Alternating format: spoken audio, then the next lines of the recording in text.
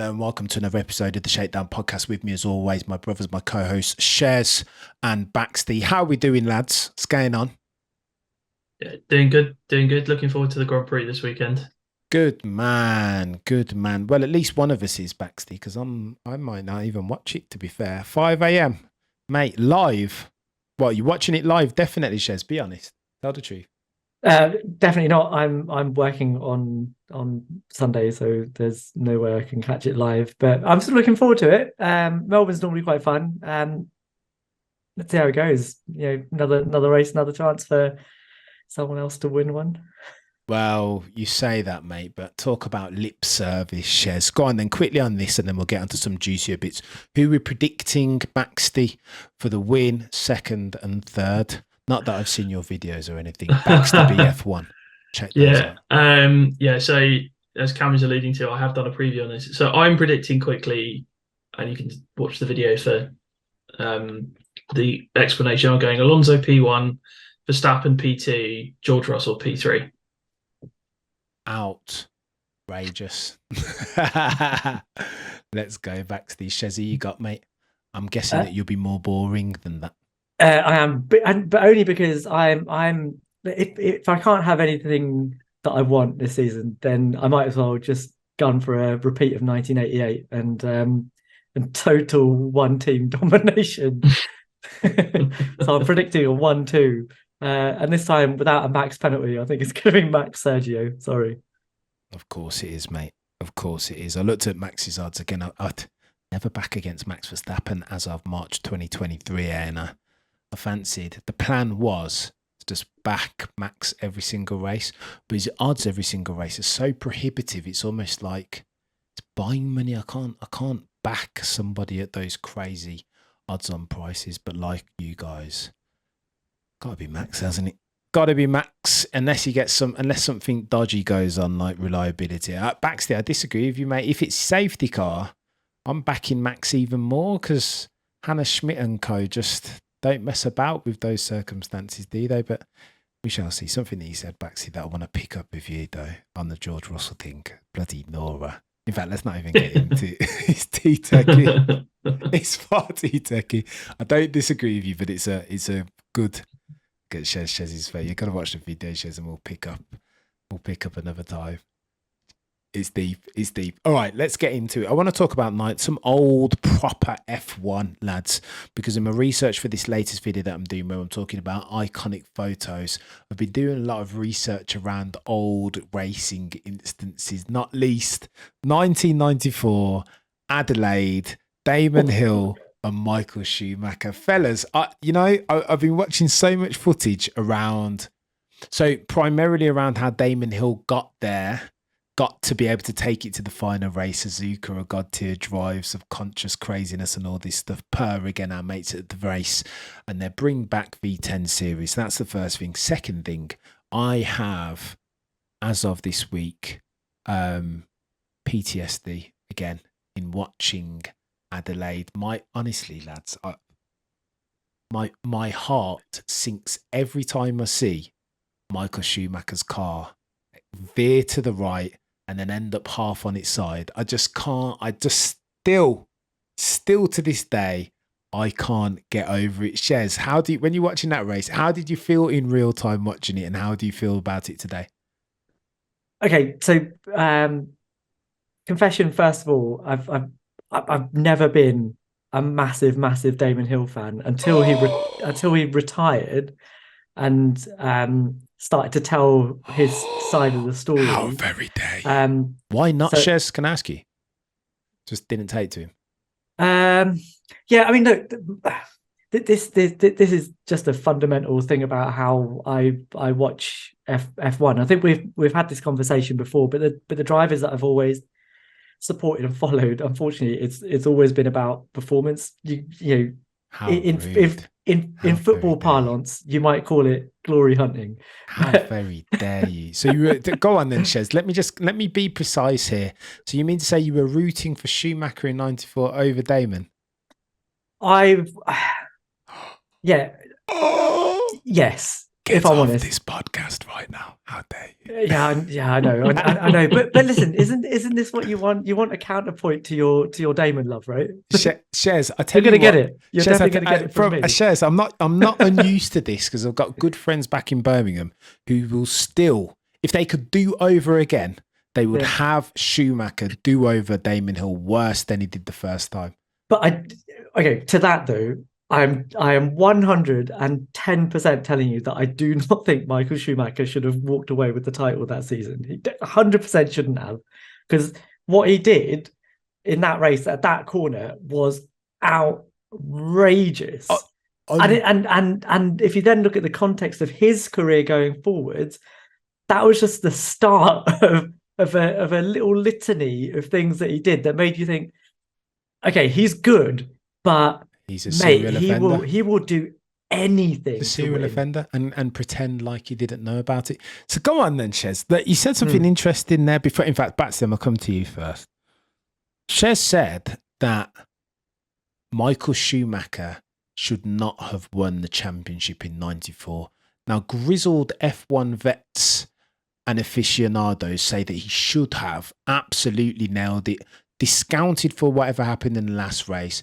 The fact that he got banned ultimately for 2 races in '94, they will point at that and say that Michael Schumacher in that Cosworth Benetton absolutely was the best driver. Baxty, to that you say what, sir? So I'm going to expose myself a little bit here. I was maybe about 2-3 years old in 1994. Wow. So my concept of Formula One was to make us feel old. Yeah, sorry, boys. Yes. I don't really remember too much. I mean, the fact that he had a 2-race ban and still nearly won the championship, should I say? And yeah, it goes to show how good Michael was in '94. But obviously, 94 Adelaide was considered the most controversial title decider of all time until Abu Dhabi 21. And I think we saw what the FIA could do in '97 when he went into Villeneuve. He tries to take Villeneuve out, he crashes out, and then they go, right, that's naughty, disqualified. And I think the issue here is that it kind of a similar situation to Lewis and Max in the sense that even if they had annulled the result or something, or decided to do something with Adelaide specifically, Schumacher still would have won because he was ahead. Now, the only way they can do that is to disqualify him from the championship, which arguably they should have done because he had deliberately tried to take out his rival. That's something that Max never did. But he deliberately tried to take out his rival to win a championship. And he succeeded in that. And it set a very dangerous precedent. Thankfully, other than '97, we've never had that happen again. But yeah, I know there's debate as to whether he meant it deliberately or not. From what I have seen, I have watched this quite a lot over the last few years. Yeah, he meant it. He knew what he was doing. Absolutely, he meant it, of course. I mean, he was looking in his bloody mirror as he was turning in the Joker. Absolutely, yeah. I've never been so angry in all my life. Go on then, Baxter. You said something interesting that I want to touch on quickly. That Max, I think I know what you're alluding to, but I want to specify that Max never did what Michael did. And what comes to mind instantly is the brake testing in Saudi. I know what you mean, that it wasn't for the championship necessarily. That didn't decide, and it wasn't necessarily of ultimate consequence. But I think bloody Nora, that if we're talking Premier League standings, then Michael's was definitely Champions League. I reckon Max's brake test in Saudi was like Europa Cup, maybe. Like just a tear down. I want to say though, guys, Shez, I'll come to you on this, mate. How do you see Michael, like in hindsight? Okay, here's what I mean by this. As great as Michael was, and again, his ability wasn't necessarily in his absolute pace, but his ability to tap into that as and when he needed it, right? To be great in the most important moments of all. That was Michael's ability. That was his superpower. In 2023, do you judge Michael? Do you mark Michael down for Jerez 97, for Adelaide 94, for Monaco parking up. Do you mark him down in greatness terms for these things, Shez? Yes, 100%.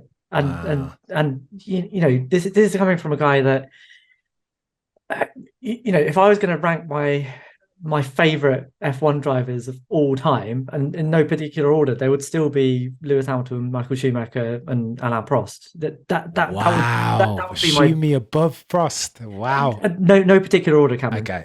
Sorry. But those are my top three, and I'm always juggling between, you know, where I think they fall.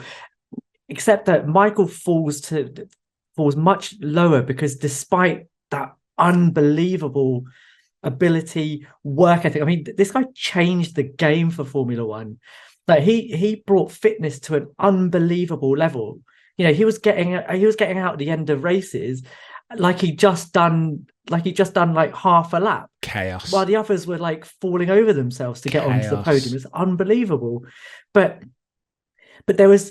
alongside that came an arrogance. It came an arrogance that meant that it didn't matter what he did, how bad it was, he still felt that he was in the right. So he would have looked at what he did to Damon Hill in Adelaide in 94 and thought, well, I got banned for 2 races this season and I wasn't allowed to get any points. And he won the 2 races that I wasn't at. Well, so you know what? I'm justified in doing this.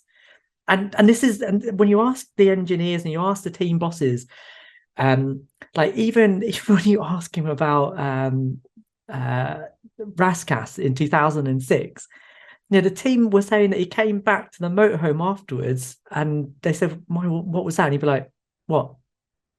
I didn't do anything wrong. Unbelievable chaos, Shez. And that for me means that, like, there has to be a level of integrity. Maybe I didn't know that there needed to be a level of integrity until I've seen Lewis drive, and I've realized that actually, you know, winning at all costs and you know, being that sort of arrogant about it isn't necessary, and actually it demeans your ultimate ability at the end of it.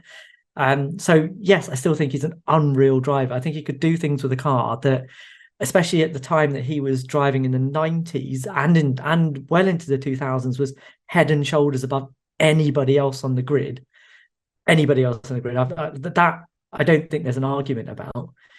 But there was just that level of that level of arrogance that I can't really abide, and it means that he drops down in my estimation and has done since he retired. You said something interesting there, Shez, and this is going to get techie now. Baxty, let me pitch this at you, mate. Shez said that there's a level of arrogance, skullduggery in brackets, that's not necessary in F1. Baxty, do you agree with that, bruv, in 2023? From what I've seen of the sport, I think everyone's prepared to go to lengths to win. It just depends how far they're willing to go. I think Michael was willing to go to lengths that were greater than most. Sometimes people do it psychologically. I mean, look at Nico Rosberg in 2016. He was looking for every single marginal gain possible, and it went so far that it destroyed him, and he ended up retiring after winning 1 championship. And we've seen Max in 21 trying every possible opportunity to keep Lewis behind him, be it a brake test, be it him just gently showing him off the road in Brazil, and then Fernando and all of his shenanigans. People will do what they need to do to win, and I think we've been lucky that we've had 2 drivers spring to mind where they've normally most of the time raced the right way, and that's Lewis and Seb. Seb, multi 21. He showed his ruthless side. Baku 2018, maybe. Well, Baku 2017, that was a bad one, But Lewis has had his moments where he's, I think of Abu Dhabi 2016 where he deliberately backed Nico up. I mean, that was to try and win a championship. I understand the context behind that, but he's ignoring the team. He's got Paddy Lowe screaming at him, going, "Lewis, pick up the pace," and he's like, "No, I'm all right. It's fine. I'm winning alone. I'm trying to win a championship. What do you want me to do?" He was pretty clear about that, though, wasn't he?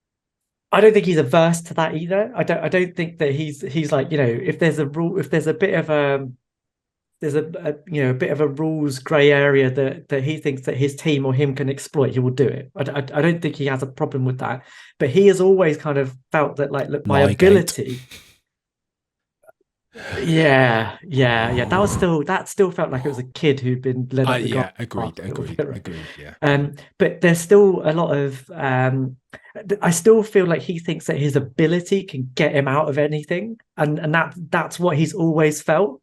And Santa Claus is going to deliver his Christmas presents down the chimney as well, right, Shez? But Cameron, there is a fundamental difference between Lewis Hamilton and Damon Hill and in the way they talk. Okay, my contention is that Damon ultimately knew that he was not at the same level as Senna or Schumacher. He drove against both of those drivers, and when you read his book, he very clearly, even in the moment, even at a contemporary level, feels like he is measuring himself up against those drivers. That he thinks a good day for him is when he's beaten that guy, right, or come close to matching that guy.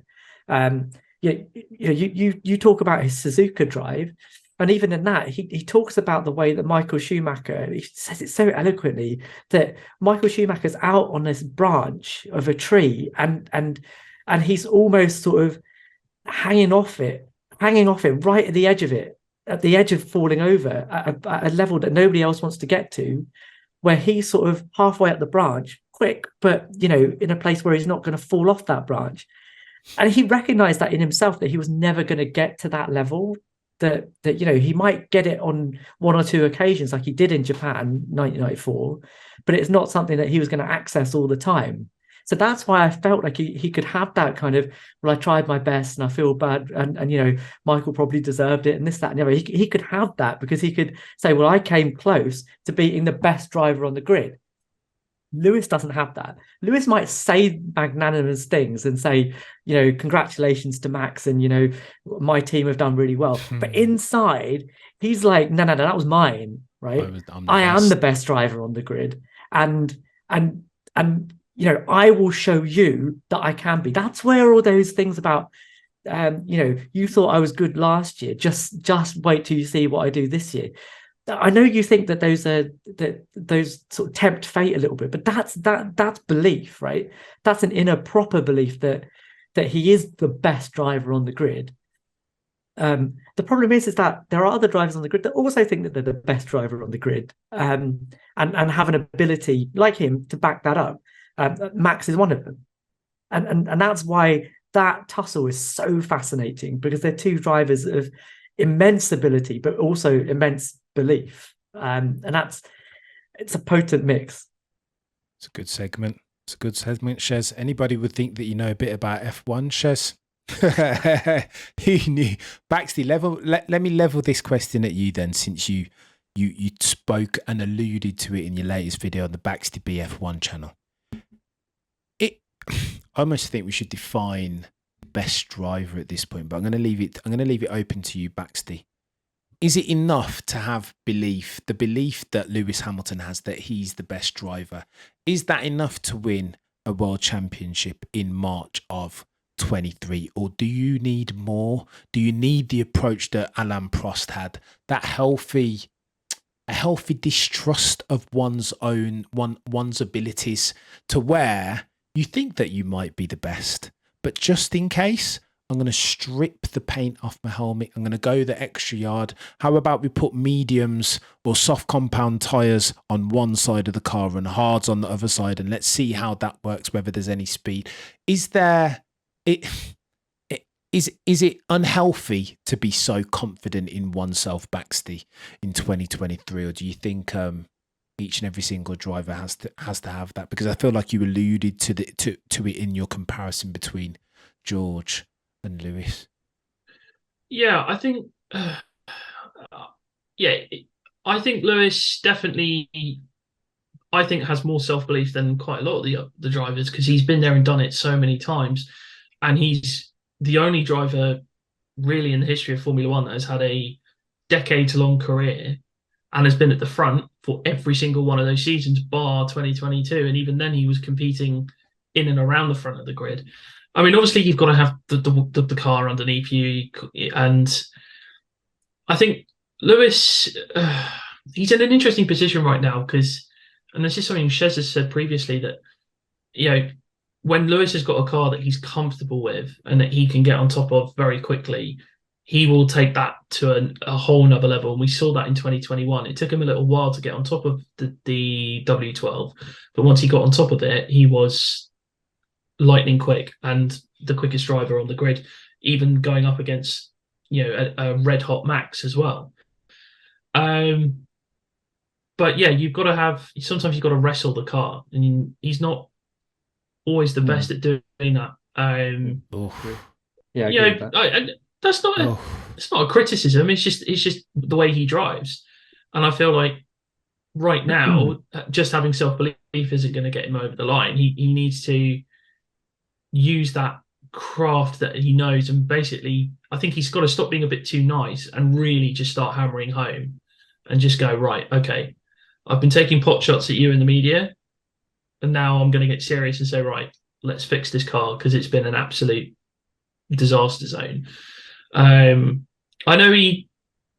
think he was a bit ill-advised when he said what he said in the press conference today, I think it was, when he said George got lucky on setup, and then obviously George bit back at that and said, well, no, I don't think it was luck. Yeah, no, I think you got to have a bit more than self-belief. You got to have that drive, and Lewis does have that. He does have it, absolutely. Baxty, do you think? Sorry, man. Like, this is just to like ask that question straight back to you. But do you think that there's a level of arrogance there as well? That it's not just that Lewis, that the belief that he is better than everyone else sort of translates over into a little bit of arrogance, where he kind of goes, well, there's no way that George can be quicker than me. It's either set up or it's, the cars, I should be able to get on top of this car, and I'm fundamentally quicker than George. So it's not about changing the car. I can just drive it better than him. And that's what's holding him back a little bit. All F1 drivers are arrogant. Like, let's be clear here. You don't have that will to pursue a very strange career if you're not selfish. Yeah, you have to be selfish, and Lewis is. He absolutely is, because you can't be in this industry. Yeah, you can be a team player. You can do all that stuff, working with a team and working with your teammate and stuff. But at the end of the day, once the visor goes down, it's you on your own. And I think, Lewis does have a selfish streak, an arrogant streak, because he wouldn't have survived in motorsport if he didn't have it. So if he didn't have it, I'd be worried. Yeah. I mean, I guess not so much selfishness, because selfishness is kind of saying to the team, I want this, and I don't care what the other guy wants. I want this, and making sure that that's what happens. The arrogance is more that his belief makes him think that, and most, don't get me wrong, most of the time with Lewis, he is correct that his ability to get the most out of any given car is better than any of the teammates that he has had, bar none. But right now, he's got a car that his teammate is getting more out of than he is. And the arrogant side of it is him saying, well, I recognize this. I recognize that my teammate is getting a better thing, getting more out of the car, but it's because of setup, or it's not because he's better than me at driving the car. It's because there's something mechanical, something fundamental about it, not because he's quicker than I am. Oh yeah, definitely. Yeah, and I agree with you completely. Yeah, there is definitely that arrogance, but all drivers do it. But I don't think that. I think just from what Cameron was saying, I don't think someone like Prost did that. Like Prost classically went, right, Senna's quicker than me over one lap, and just went, sack off qualifying. Doesn't matter, right? I'm gonna set my car up. I'm gonna set my mindset up to winning the race, and that's what he went and did. Right? Yeah. So you have to accept your limitations. I think Lewis throughout his career has been generally the quickest driver over one lap. I think you had the Seb Vettel period where he was probably a little bit quicker than Lewis over one lap, but I think Lewis over one lap, I still think if you stick him in a Red Bull or even a Ferrari or an Aston Martin, he would be right up there. But and his race pace, he had to develop his racecraft, and we saw that over the years. Before, it was just I'm going to go really, really quickly and, whatever else. But over the years, we see him finesse his style. And he feels a more complete driver, and he'll probably feel I'm a 7-time world champion. How am I losing to a guy that's only won one race? That's exactly it. Yeah. But all drivers will do that. You'll have Max Verstappen saying, "How did I not catch up to Checo Perez?" And Checo going, "How do I keep losing to Max?" And Fernando Alonso in 2007 going, "How am I losing to a rookie?" And I'm a double world champion. They all have it. They all do it. Again, if drivers weren't like that, then. And I think what marks a great driver from a good driver is how they overcome that problem. Right. Yeah. But how is Lewis going to overcome? So this is what I worry about with Lewis, right? Is that sort of I can just fight the car into making me quicker is going to hold him back, right? Unless and the problem with that mentality is the more George can get more out of the car, the more the team will go, all right, we'll just make the car for George, and then George will just get even more like further away from Lewis. So what does Lewis need to do to make sure, one, he is the quicker driver, and two, start to really boss the development and say, look, I don't like the way. I mean, I know he is saying it because all of his sound bites so up to now have been like, well, there's this problem with the car. I'm working with the team to make it better for me. And that to me is a positive. That to me tells me that he is thinking about what he needs. Right, that's good. I just don't want him to lose that. I don't want him to kind of on a weekend get frustrated because he's not as quick as the other guy, and then that frustration leads to him in a downward spiral that allows George to just get further and further ahead. Yeah, as I said, the lucky comment did seem a bit out of character for Lewis. I was surprised when I heard him say that. He's always been the guy that will knuckle down and try and find solutions. I mean, look at the way he fought back in 2021. I mean, we all heard the stories that he was pulling mega late shifts, and we see him leaving the track after everybody else. I love that. He's going to try to go through the data and extrapolate all he can out of the car. Yeah, look, in Saudi, he got his setup wrong. And sometimes you've just got to accept that. You know what? I went on a different setup to George, and he got it right. I got it wrong. Okay, fine. We move on. I still scored good points on race day. Yeah, he still finished P5. Yeah, he did. I mean, I know for Lewis, that's not good enough. He wants to win. And that's, he's there to win. He's there to win championships. Finishing P5 won't help him, particularly when you've got a car as dominant as the Red Bull. But ultimately, it's I get what you're saying, that we don't want him to lose that kind of innate drive that he's got. But yeah, I also do think that the media are definitely blowing this up. Lewis made a comment, George responded, that's the end of it. I'm sure they'll probably have a little chat about it and be like, look, let's not. But I don't think there's anything to worry about with those two at the moment. Yeah, but I quite like that lucky statement though. That tells me that Lewis has still got a little bit of, it's got a little bit. Shows the fire within him. Yeah, absolutely. Yeah, I like that. Yeah. I like that. Yeah. Oh, lads. Sorry, Cameron. No, mate. So not sorry at all. I love it. Sitting back, just absorbing that. Where do I go next? All right, then, lads. Quick fire as we round third base. Put a neat ribbon on this. Gun to head. Does Lewis beat George on points in the championship this year? Shez, I'm coming to you first, mate. Such a difficult question. Oh my God. Okay, look. This is where my arrogance is going to come into it, right? My belief, and I'm going to say, I think Lewis is still going to do it. I think he'll beat him on points. But this is what I said last season. Look at Baxty's body language. He's worried about what he's. Oh no! This is what I mean. This is why I think it's a really difficult question, right? Go on, Shez. Because it depends on a lot of things happening. We're only 2 races into this season, and they're two. Lewis is 2-0 down on qualifying, but they're 1-1 on race results, right? Lewis needs to do something to arrest where he is at the moment. I know it's early in the season, but there's a trend that he can't allow to continue to turn into a pattern, right? But Shez, has it not? Sorry to interrupt you, no, Train. no. Has it not already turned into a pattern, to play devil's advocate for a second? No, You don't think so? I think this is the first time he's been challenged by a teammate for a long time, right? Even the Rosberg seasons, fundamentally he knew and we knew that he was quicker than Nico Rosberg, right? That was a given. But as soon as George has come in, it's not just about mind games and how he works in the team and how he fits in with everyone else. It's a fundamental. Is he actually quicker than Lewis? This is the closest I've seen anybody come to Lewis race to race to race, right? And last season he did reverse that trend. It took him a while to do it.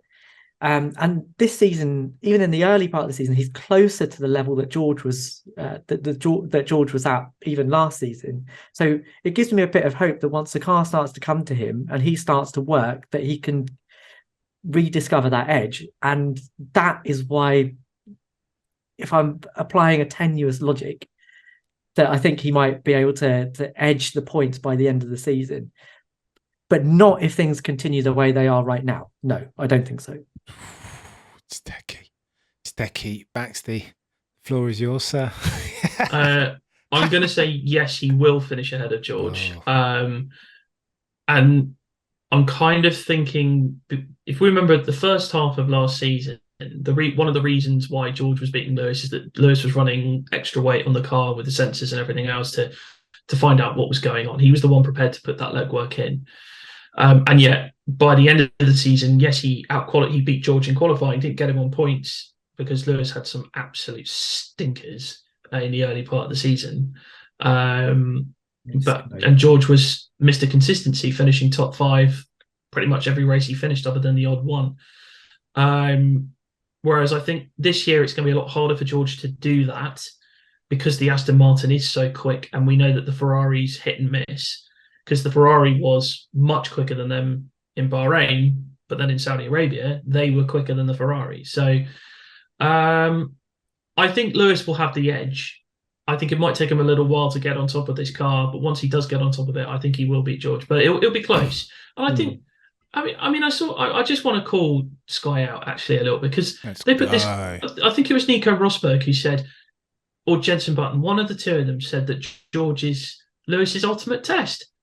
Like, what are you going on about? Like, he's a one-time race winner. Like, George is very good. Don't get me wrong, and for me, he's a future world champion. But he's gone up against Alonso in his rookie season. He's gone up against Vettel. He's gone up against Rosberg. He's gone up against world-class drivers. George Russell is good, but I think his peak is down the line once Lewis has retired, and we're going to see the best of George at that point. He's gone up against Max Verstappen. I think that was a ridiculous comment by I think it was Nico who said it, talking absolute rubbish. Oof. Let's go destroy. Go on, Shez. You've. I agree with that. I agree with that. I think I can understand what he means by that, because everything that's been thrown at Lewis, everything from Alonso to Verstappen, he's taken and beaten. Right? I mean, we can call 2021 however you want to call it, but he's been hit with a challenge and he's found a way, however he's found that way, to overcome it.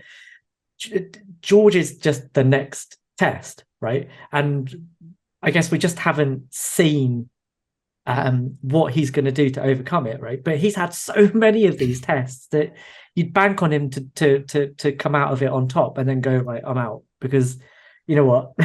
You've thrown everything at me, like everything at me, and both on track and off track, and I've topped it. So fine, but I agree with you that this isn't an ultimate test, but it is the next thing that he has to overcome, and it's just that at the moment he hasn't quite found the magic button. That's a really bad way of putting it, but you know what I mean. Oh off my the God, Baku. great Off magic.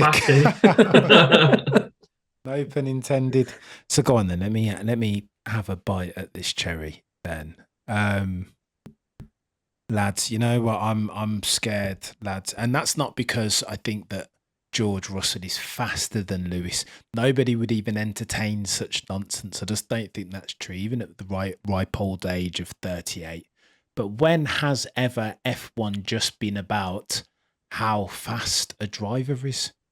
That's not it, right? Your ability to score points and win races and championships is about so much more than pace, being assertive, being the ability now more than ever to think in an agile way, to manage the restarts, to manage the cheeky free pit stops on the back of safety car, to galvanize a team around you and not disenfranchise them by saying I told them the way that the setup needed to be going, as an example. It's about so much more than that, right? And I just feel like, you know what, it's one of the oldest stories in sports history, yeah? In boxing especially. If there is a young lion fighting an older legend, if the young lion wins the first time round, 90% of the time in the rematch, they will always win the rematch more than they did the first time round. And I'm concerned that you can potentially extrapolate that to George and Lewis, that potentially, I mean, George is only improving, right? He's not getting any worse in 2023. He's only going to improve. And of course, there were anomalies in 2022. That much is absolutely true. The car was a dark. Lewis wasn't in his right frame of mind, all that good stuff. And he was testing and carrying extra weight, yada, yada, yada. George he's no slouch. Agree with Baxty. He's going to be world champion one day. And I don't know if you're not, can you teach an old dog new tricks? That's the key question to Shez's point, and I think Lewis needs to. It's not it absolutely Shez, but I'd expand on what Shez has said. It is about more than just being fast in 2023. The game is a Rubik's cube. There are so many facets that you need to pick out if you're going to maximise and optimise for your chances of winning races and winning championships. And I think Lewis needs to get his head around that, like ASAP, within the next couple of months, because I can't afford this being on a bit of a like getting my eye in and playing myself in over the first half of the season. We don't have time for that, lads, as Lewis Hamilton fans around the world. Not anymore. If George Russell gets his foot on your neck, he's not taking it like he's gone down the road, and that's an issue. Go on, Shez. Yeah, no, I agree with that, because like my counter argument was going to be that, oh, you know, but it's not really a championship season. But I hear you that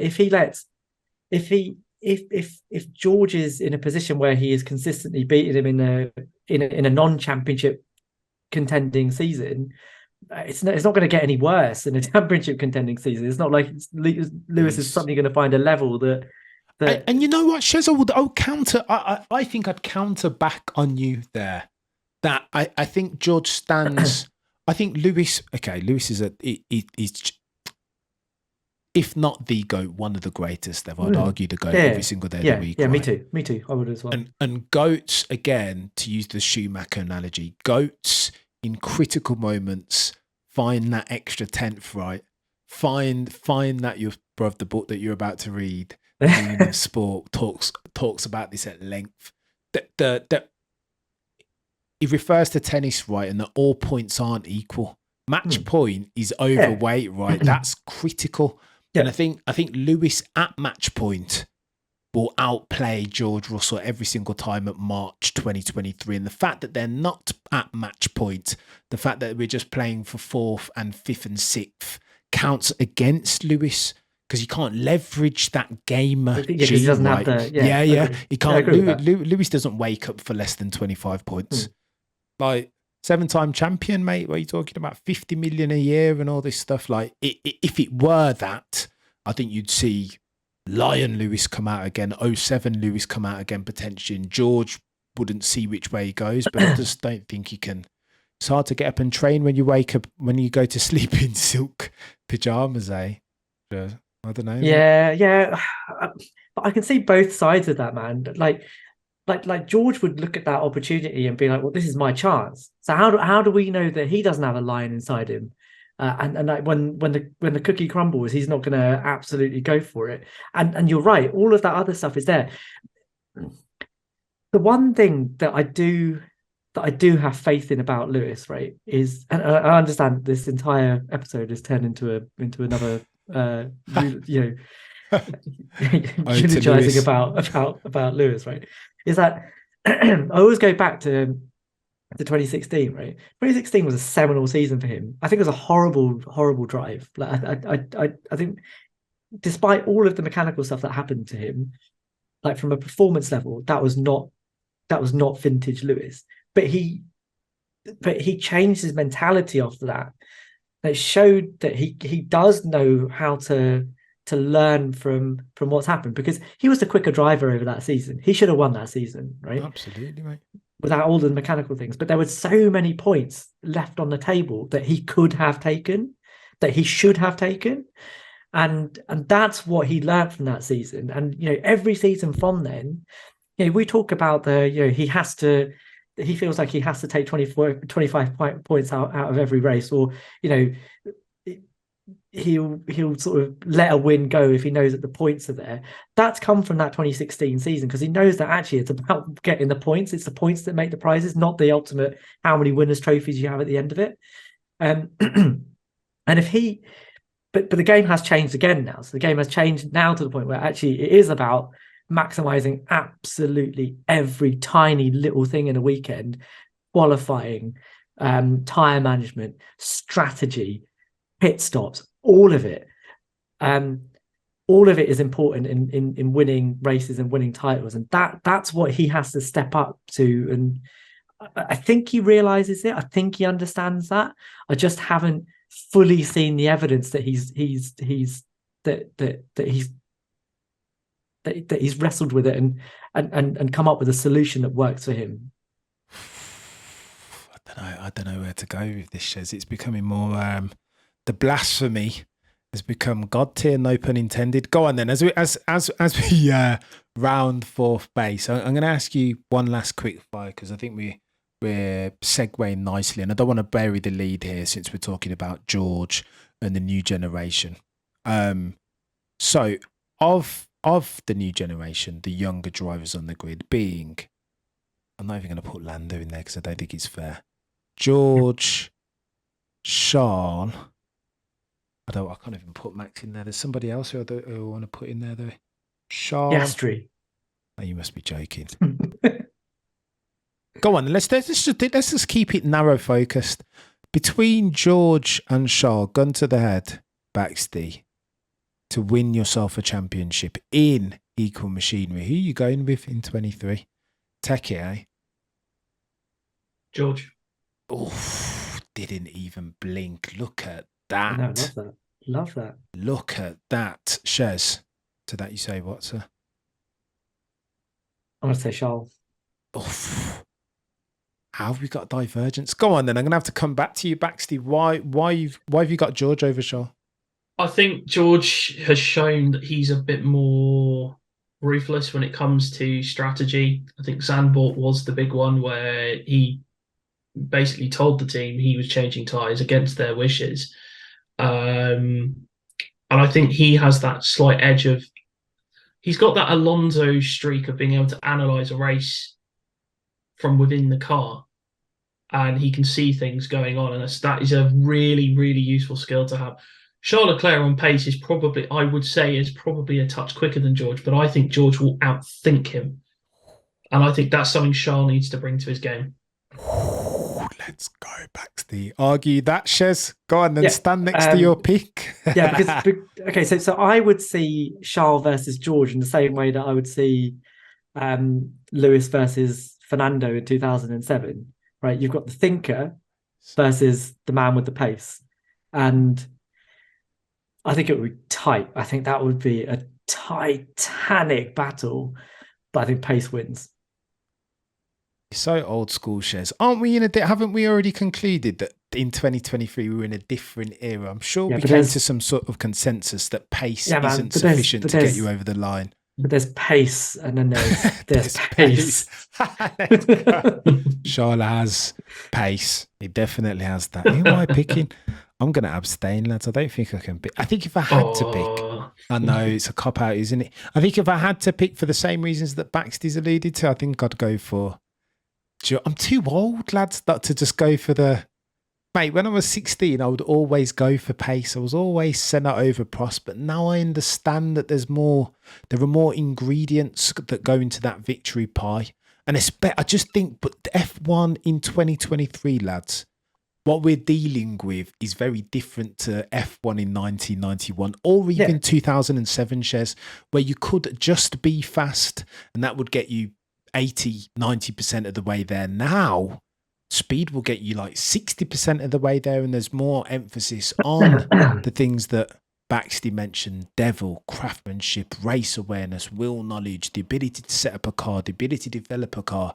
Those things are like, whereas they were like 20% or 30% in 07 or 1991, I think those are like 45% now. But I think those are things that can be developed, and I think Charles has got more than enough capacity to develop that stuff. And like you said, when it comes down to a title on the line, Charles been in that position more than once, and he's had a lot of stuff on his shoulders when he's had to take titles. It's not like he doesn't know how to do it. Don't hate it, Shez. I'd pay a lot of money, to see them in the same car. Yeah, me too. Mate, I would pay a lot of money, and if the rumour mill's to be believed, then potentially Charles might be eyeing up a cheeky replacement seat for Sir Lewis Hamilton whenever he hangs up his Nomex there. That would be interessante. Right, lads, I'm going to wrap there. Thank you so much. Bloody mate, I didn't even realise I was podcasting for a while there. I was just enjoying you boys going back and forth. Genuinely, properly sick. That has been another episode of the Shakedown podcast. Do me a favour, if you're watching on YouTube, like, comment, subscribe. If you're listening on a podcasting platform, do me a favour, scroll to the top, drop a 5-star review, because every little helps. From my co-hosts, my brothers, Baxty B of Baxty B F1 on YouTube, at Baxty B on Twitter, Shez at ShezMed on Twitter for all the hot takes. Go and check out some of these guys' content, because it's infinitely better than anything that Noddy Cameron F1 is producing. We will see you same time, same place next week. As always, between now and then, please do yourselves a favour. Remember to look but never stir. We're out, base.